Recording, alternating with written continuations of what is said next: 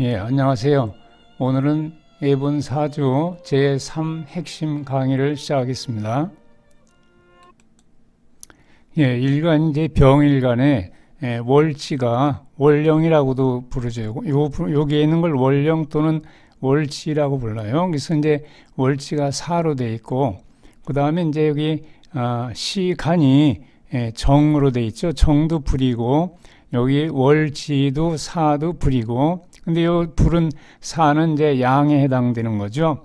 그 다음에 병일간에 대해서 병일간은 양간인데 그 밑에는 정은 음간으로 되어 있죠. 즉 이렇게 해서 병일간이 양에 해당되는 불을 갖고 있고 음에 대한 데서 불을 갖고 있어요. 이때 부르는 방법은 육친을 부르는 방법은 병이 이제 양과 만났기 때문에 비견이라고 하고, 그 다음에 병이 음하고 만났으면은 겁재라고 부르는 거죠. 그때 이제 그 비견 이제 같은 이제 병과 같을 때 이렇게 비견이라고 되는 경우도 있고 이제 겁재라고 되는 경우도 있는데, 이때 그 겁재든지 비견이든 간에 다 형제와 같은 역할을 한다 이렇게 돼 있어요.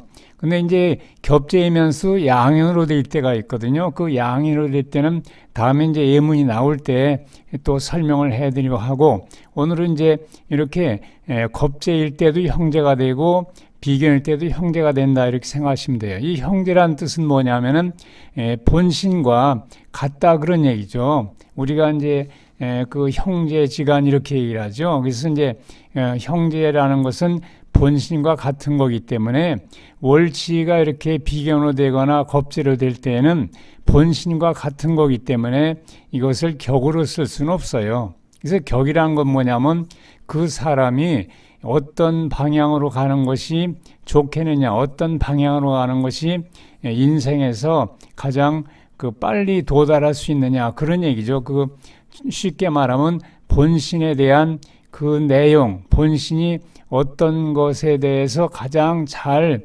적응될 수 있는 거냐를 나타낼 때 월치를 보면 알 수 있어요. 근데 월치가 같기 때문에 월치에서 같은 거니까 여기선 찾을 수가 없고 격을 찾을 수가 없고, 그래서 다른 곳에서 격을 찾아야 된다 이렇게 되는 거죠. 네, 이것을 말씀드리기 위해서 지장간에 대해서 생각을 해보죠. 지금 인 속에, 지장간이라는 건 인 속에 들어있는 간을 말하는데, 인 속에는 무병, 갑이 들어있고, 그 다음에 사 속에는 무경, 병이 들어있어요. 여기에는.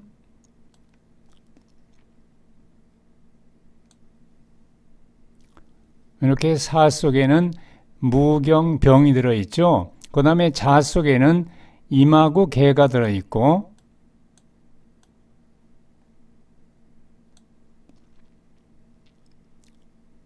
그 다음에 유 속에는 경하고 신이 들어있고,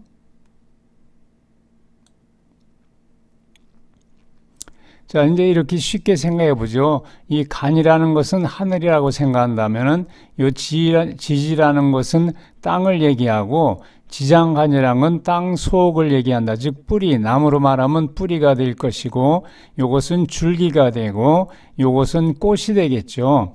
즉 간이라는 건 뭐냐면 꽃을 얘기한 거기 때문에 바깥으로 나타나는 것. 나무가 자라도 이파리만 있고 꽃이 안 보이면 그게 무슨 꽃인지 알 수가 없게 되죠. 그러니까 이 꽃으로 나타나는 것이 뭐냐, 이것도 굉장히 중요한 거죠. 지금 좀 전에 같은 거기 때문에 격으로 쓸 수 없다 그랬는데, 그렇다면 어디서 격을 찾아야 되느냐? 이 바깥으로 투출된 것 중에서 격으로 쓰면 좋겠어요, 이 경우에는.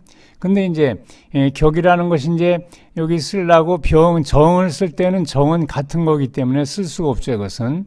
그 다음에 이제 목이 있네, 여기서. 목이라는 건 쓸 수 있어요, 여기서.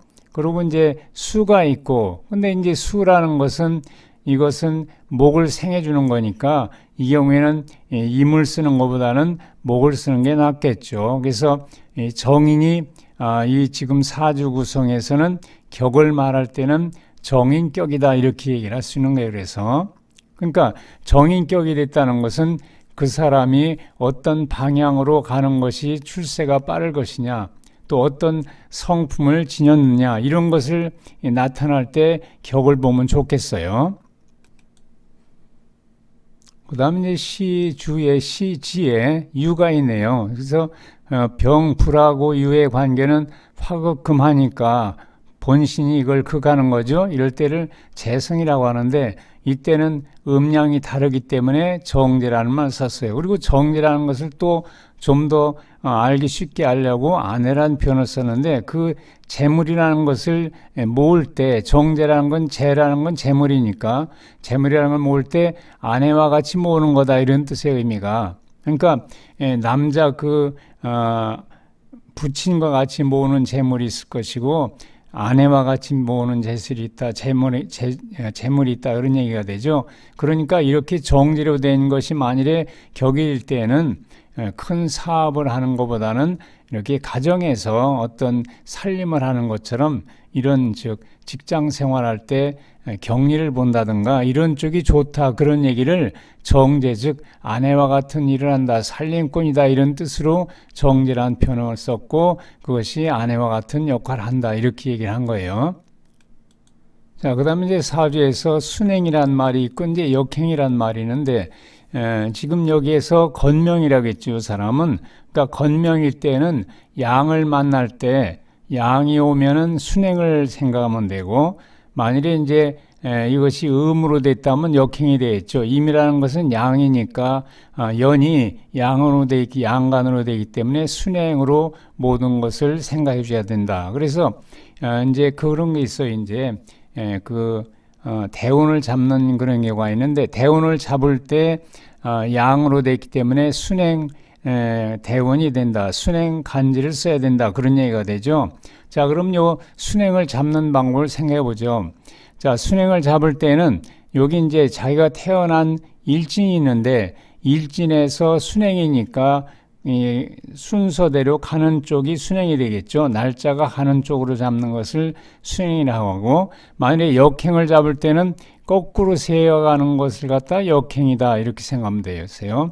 그러니까 지금 이 경우는 순행이니까 병자부터 세서 숫자를 세서 여기서부터 세나가지고 차례대로 하나 둘 이렇게 해서 쭉 세니까 이것이 14이 됐어요. 그래서 여기다 14이라고 썼는데 그 14을 갖다가 3으로 나눠서 그 나눈 값이 그냥 2가 되면은 하나를 더 올려주고 1이 나올 때는 그냥 그 몫을 쓰고 이렇게 된 거죠. 지금 이 경우는 3으로 나누면 3, 4, 12가 되고 2가 남죠. 그러니까 하나를 올려서 4 몫에다가 1을 더해서 5가 된 거죠. 즉 5가 됐다는 말은 이 대운 간지를 쓸 때 5가 되는 간지를 써라 그런 얘기가 됐어요.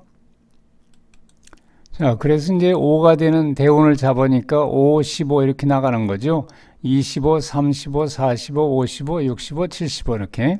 그 다음에 간지는 여기 병어부터 시작이 됐는데 순행 간지를 쓰라고 그랬기 때문에 어디부터 순행 간지를 쓰느냐 하면은 여기 월을 보세요. 월에서 을사로 돼 있죠. 그러니까 을사가 됐으니까 을사 다음부터 이제 순행 간지를 찾으면 되겠죠. 그래서 을 다음에는 이제 병이니까 병이 나왔죠. 사 다음에는 5가 나오죠. 4, 5, 미 이렇게 나가니까 그래서 5가 나온 거고 그래서 이렇게 쭉 차례대로 순행으로 적어라. 순행으로 적을 때 월을 기준해서 월주를 기준해서 월주 다음에 오는 간지를 순행으로 적으면 되겠어요. 그리고 대운을 찾는 방법은 여기 그 연의 간이 연간이 남자일 때는 양이면은 순행을 쓰고 만일에 남자인데 여기 음이다. 만일에 개가 오면 음이 되겠죠.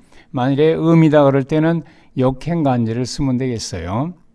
또 여자일 때는 반대로 음이 순행이 되겠죠. 그리고 양이 오면은 역행이 되는 거고, 즉 남자는 양이 순행이고 여자는 음이 순행이다 이렇게 생각하시면은 찾을 수 있고. 그 다음에 순행이나 역행 간지를 쓸 때 대운 잡는 방법은 일진을 중심으로 해서 순행이면은 나가는 쪽으로 세워가고 역행일 때는 반대쪽으로 세워가면은 된다. 그것을 3으로 나눠서 몫을